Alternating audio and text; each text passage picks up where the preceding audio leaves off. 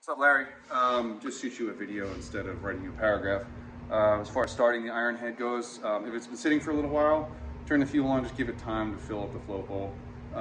It's a pumper carburetor, so every time you turn the throttle, it's going to squirt fuel. So for me, I usually do like 2 primer kicks.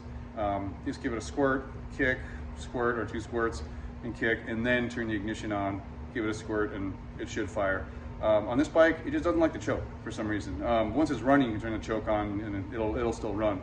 But starting it, I leave the choke off. You don't have to retard the magneto. You can if you want. That's counterclockwise to retard it, but there's 2 marks on the magneto and 2 marks on the base. And when those line up, that's your ideal ignition timing. There is an on-off on the oil, but you'll be able to see that with the pressure gauge. If by any chance you kick it and it doesn't quite make the full stroke and it has a little backfire and it'll shoot smoke out of the carburetor, all bikes do it. You just have to re-prime the carburetor and the engine. So not a big deal. But one thing you also want to keep in mind though is when you're kickstarting an iron head, and even though this one's been sorted and gone through, I'll use this as a demonstration.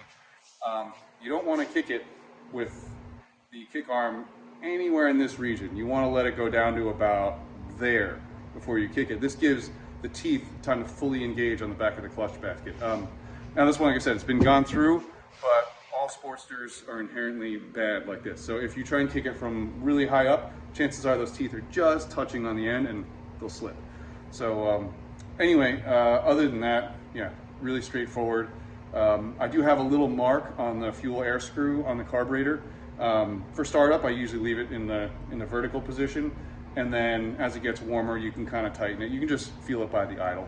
But I put that mark there so you always know where to go back to. Anyway, let me know if you have any other questions. Happy to answer. Thanks.